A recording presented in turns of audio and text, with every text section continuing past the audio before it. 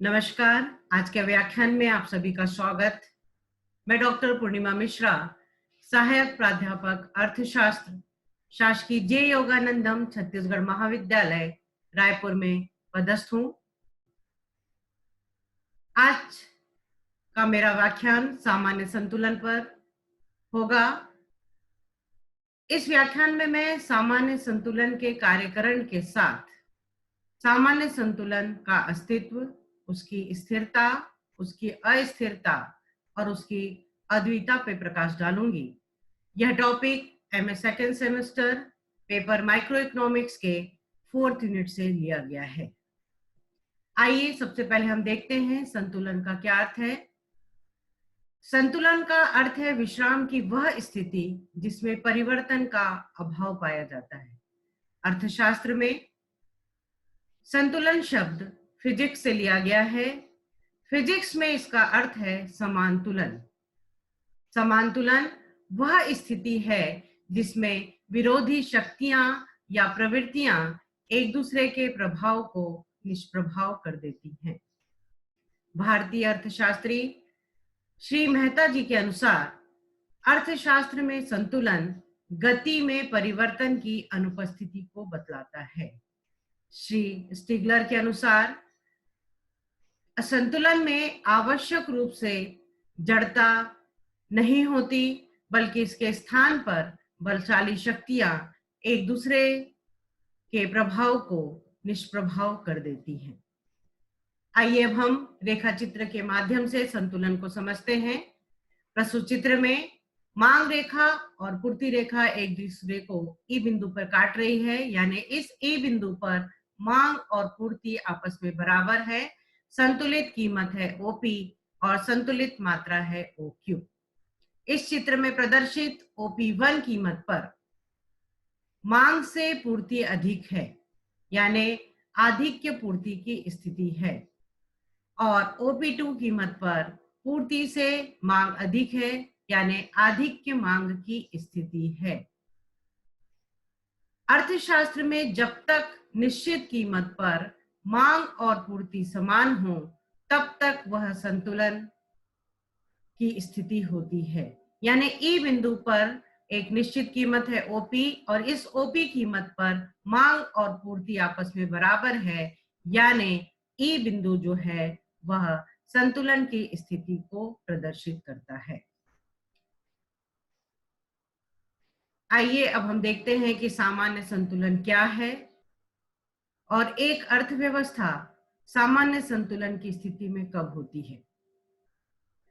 अर्थव्यवस्था के जब सारी आर्थिक इकाइयां जब एक साथ संतुलन की अवस्था में होती है, तो अर्थव्यवस्था सामान्य संतुलन की अवस्था में कही जाती है। अर्थात अर्थव्यवस्था के जब सभी उपभोक्ता, सभी फर्में, सभी उद्योग और सभी साधन सेवाएं जब एक साथ संतुलन में हो और साधन तथा वस्तु कीमतों के माध्यम से आपस में जुड़े हों, तो यह स्थिति सामान्य संतुलन की स्थिति कही जाती है। श्री चिटोवस्की के अनुसार इस सामान्य संतुलन की स्थिति में प्रत्येक आर्थिक इकाई का संतुलित व्यवहार दूसरे आर्थिक इकाई के संतुलित व्यवहार के अनुरूप होना चाहिए।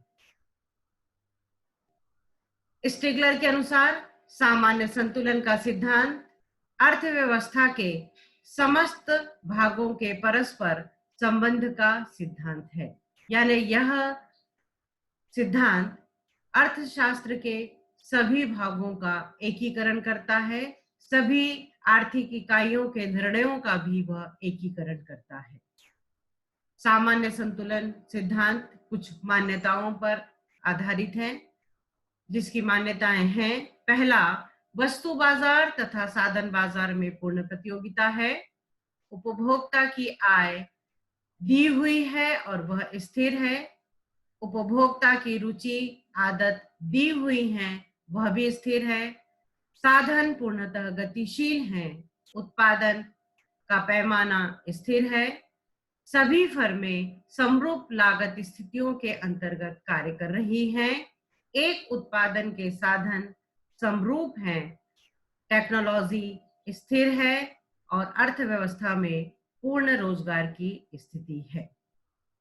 आइए अब हम देखते हैं सामान्य संतुलन व्यवस्था का कार्यकरण, working of general equilibrium system.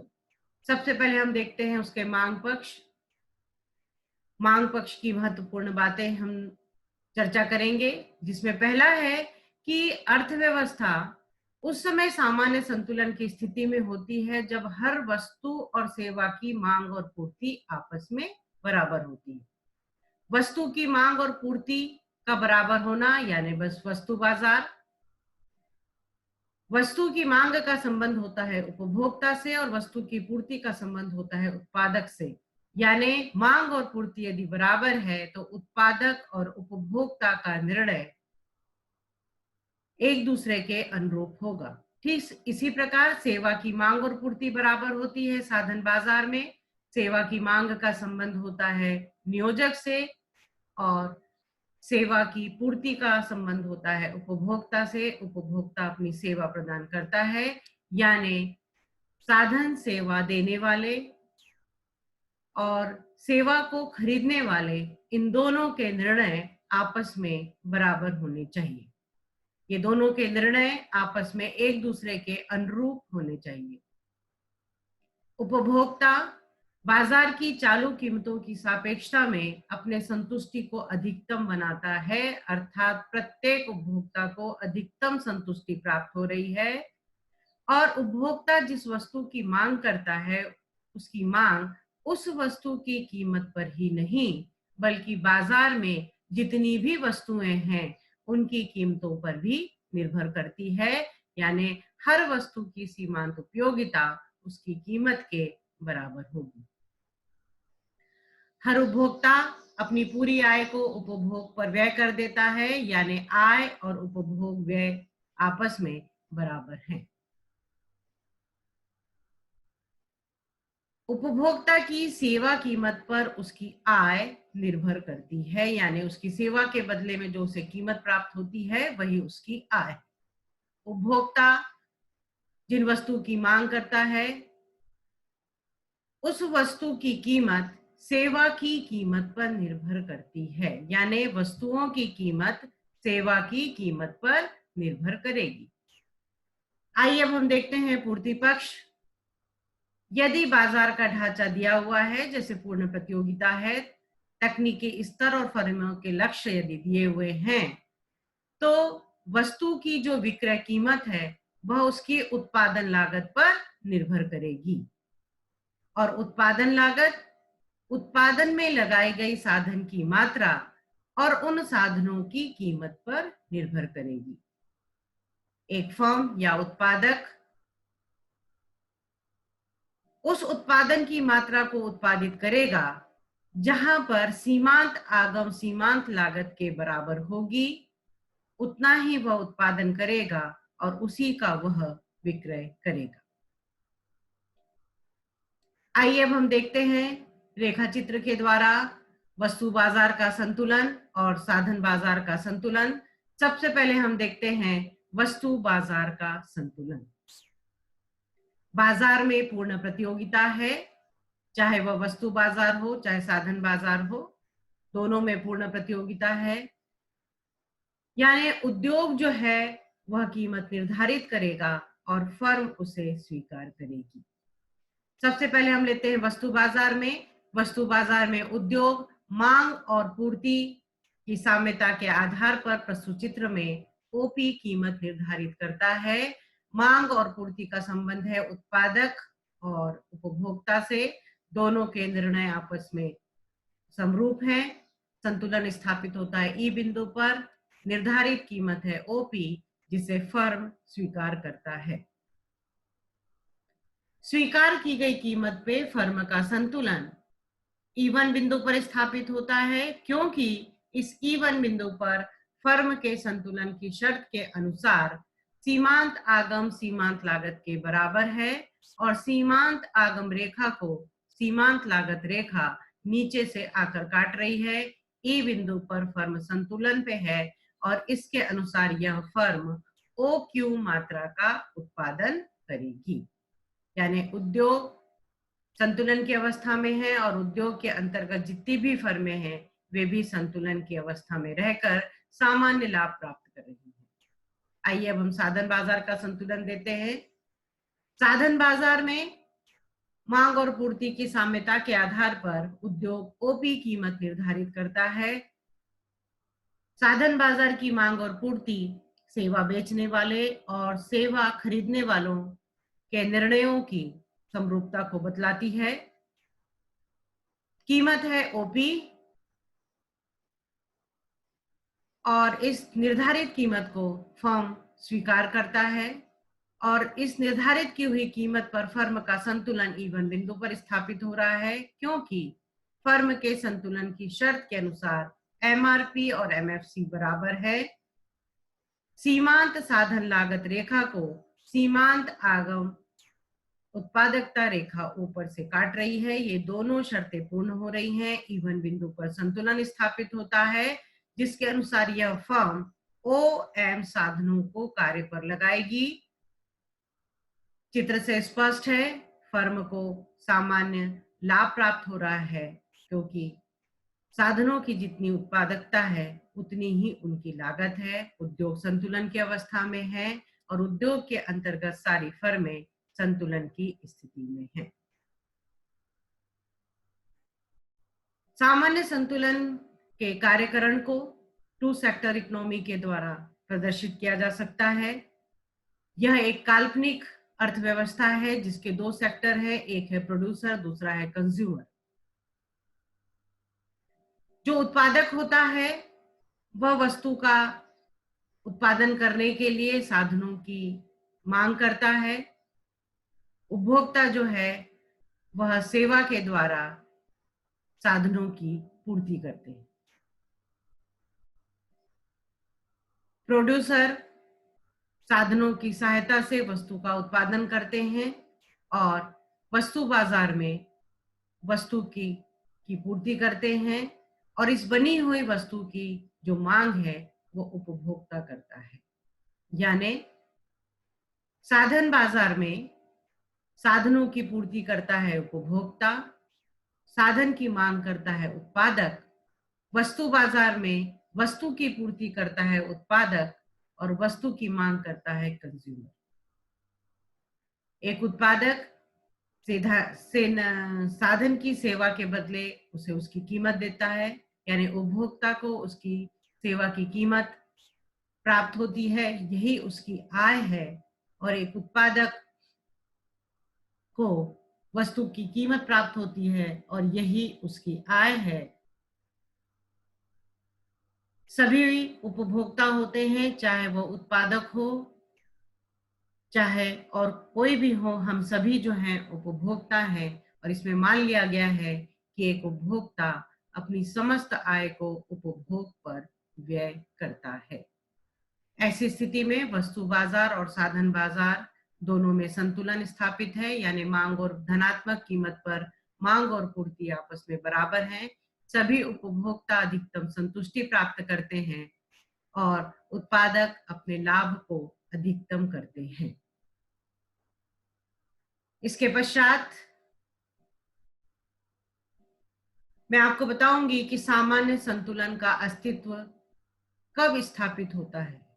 सामान्य संतुलन के अस्तित्व की जो समस्या है वह बाजार में क्रेता और विक्रेता के व्यवहार से संबंधित है। एक धनात्मक कीमत पर जब मांग और पूर्ति आपस में बराबर होती है या जिस बिंदु पर आधिक्य मांग शून्य होती है।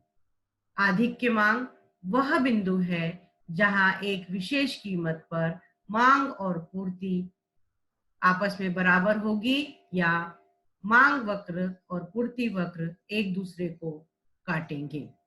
यह सामान्य संतुलन के अस्तित्व को बतलाता है और इस बिंदु पर आधिक्य मांग और आधिक्य पूर्ति दोनों ही शून्य होती हैं। प्रस्तुत चित्र में स्पष्ट है, ई बिंदु पर मांग और पूर्ति आपस में बराबर है। मांग वक्र और पूर्ति वक्र एक दूसरे को काट रहे हैं। संतुलित कीमत है ओपी और उत्पादन की मात्रा संतुलित मात्रा है ओक्यू, यानी ई बिंदु पर सामान्य संतुलन का अस्तित्व स्थापित होता है और ई बिंदु पर आधिक्य मांग शून्य है। आइए हम देखते हैं सामान्य संतुलन की स्थिरता और उसकी अद्वितीयता। इस रेखा चित्र से इसे समझते हैं। मांग और पूर्ति वक्र एक दूसरे को ई बिंदु पे काट रहे हैं। संतुलित कीमत है ओपी और संतुलित मात्रा है ओक्यू।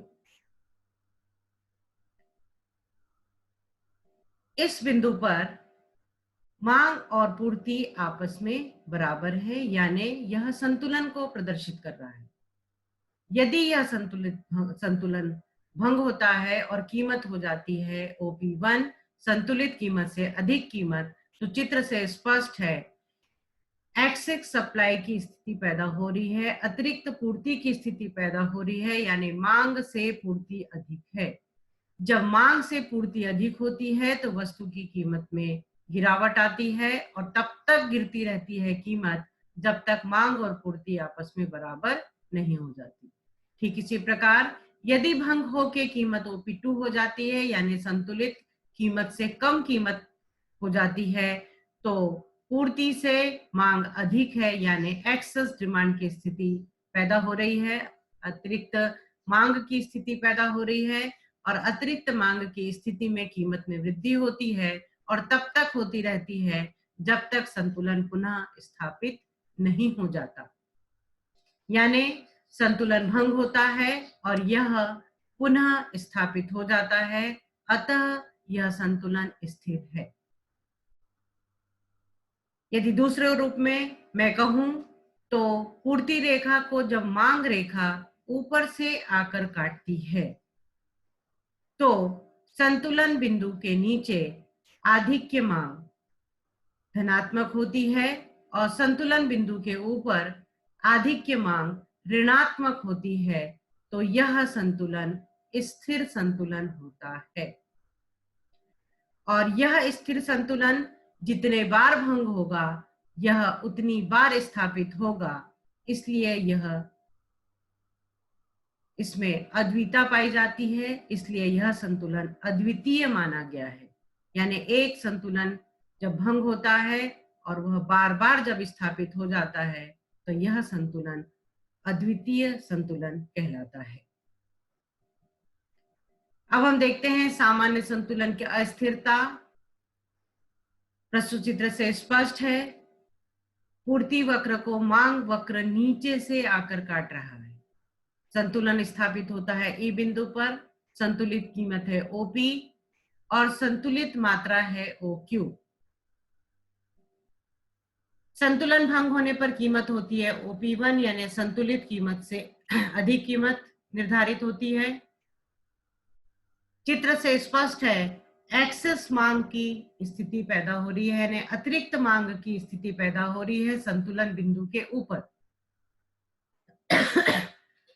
और संतुलन बिंदु के नीचे जब कीमत OP2 हो जाती है तो अतिरिक्त पूर्ति की स्थिति पैदा हो रही है, यानी इस चित्र में संतुलन बिंदु के ऊपर अतिरिक्त मांग की स्थिति पैदा हो रही है और संतुलन बिंदु के नीचे अतिरिक्त पूर्ति की स्थिति पैदा हो रही है। और हम जानते हैं जब एक्सेस डिमांड की स्थिति होती है तो कीमत बढ़ती चली जाएगी और एक्सेस सप्लाई की स्थिति पैदा होगी तो कीमत घटती चली जाएगी और चित्र से स्पष्ट है पुनः संतुलन स्थापित नहीं होगा, यानी यह संतुलन अस्थिर है।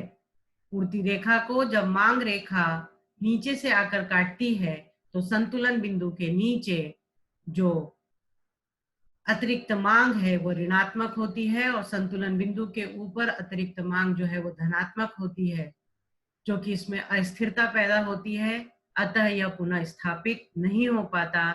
ऐसा संतुलन जितने बार भंग होगा उतने बार यह पुनः स्थापित नहीं हो पाएगा, इसलिए यह संतुलन अद्वितीय है। यानी स्थिर संतुलन भी अद्वितीय है और अस्थिर संतुलन भी अद्वितीय है। एक संतुलन यदि भंग होता है तो पुनः स्थापित हो जाएगा और अस्थिर संतुलन यदि भंग होता है तो वह पुनः स्थापित नहीं होगा। प्रस्तुत चित्र में बहु संतुलन प्रदर्शित है। एक से ज्यादा संतुलन है। ए, बी और सी बिंदु जो है वो संतुलन को बतला रहे हैं, जिसमें ए बिंदु और सी बिंदु पर संतुलन बिंदु के नीचे आधिक्य मांग धनात्मक है, अतः ए और सी बिंदु स्थिर संतुलन को प्रदर्शित करते हैं और वे अद्वितीय हैं। बी बिंदु के नीचे आधिक्य मांग ऋणात्मक है, अतः यह संतुलन अस्थिर संतुलन है और साथ ही यह अद्वितीय भी है। आइए हम प्रकाश डालते हैं सामान्य संतुलन की सीमाओं पर, उसके लिमिटेशंस पर। सामान्य संतुलन की जो सीमाएं हैं उसमें सबसे पहला है कि यह पूर्ण प्रतियोगिता पर आधारित है, जो कि वास्तव में नहीं पाई जाती। उपभोक्ता और उत्पादक के निर्णय वास्तविक रूप से अनुरूप नहीं होते। रुचियां और अधिमानों का स्थिर माना गया है, जो कि व्यवहारिक रूप से रुचि और अधिमान स्थिर नहीं होते हैं। पैमाने का प्रतिफल स्थिर मान लिया गया है, जबकि बढ़ते हुए और घटते प्रतिफल के अंतर्गत उत्पादन होता है। साधन सेवाओं में समरूपता मान ली गई है, जबकि सभी साधन सेवाएं समरूप नहीं होती। और उत्पादन लागत को भी समान मान लिया गया है कि एक उद्योग के अंदर जितनी भी फर्में कार्य कर रही हैं उनकी उत्पादन लागत समान है, जो कि वास्तविकता में ऐसा नहीं होता। यानी सामान्य संतुलन सिद्धांत जो है वह अवास्तविक मान्यताओं पर आधारित है। अवास्तविक मान्यताओं पर आधारित यह सामान्य संतुलन विश्लेषण के महत्वपूर्ण लाभ भी हैं। इसके एडवांटेज पर मैं प्रकाश डालूंगी कि यह सामान्य संतुलन जो है वह अर्थव्यवस्था के संतुलन का चित्रण करता है। अर्थव्यवस्था के कार्यकरण को समझने में हमारी सहायता करता है। असंतुलन से संतुलन स्थापित करने की समस्या का अध्ययन करने में हमारी सहायता प्रदान करता है हमें। और यह सामान्य संतुलन यदि किसी वस्तु की कीमत में परिवर्तन होता है तो उस वस्तु के जो सब्स्टिट्यूट गुड हैं, उस वस्तु की कीमत और उसकी मांग में क्या परिवर्तन होगा, यह पहले से बताने में सहायक होता है। यह सामान्य संतुलन कई व्यक्तिगत निर्णयों का एकीकरण करने में सहायता प्रदान करते हैं, जैसे किस वस्तु का उत्पादन करना है, कितनी मात्रा में करना है, कैसे इसका विक्रय होगा, कौन इसे खरीदेगा। इन सभी निर्णयों का एकीकरण जो है वो सामान्य संतुलन सिद्धांत करने में सहायता प्रदान करता है। इनपुट आउटपुट एनालिसिस को समझने में भी यह सहायता प्रदान करता है। अर्थात हम कह सकते हैं कि आधुनिक आर्थिक विश्लेषण में सामान्य संतुलन की धारणा एक अनिवार्य औजार है। धन्यवाद।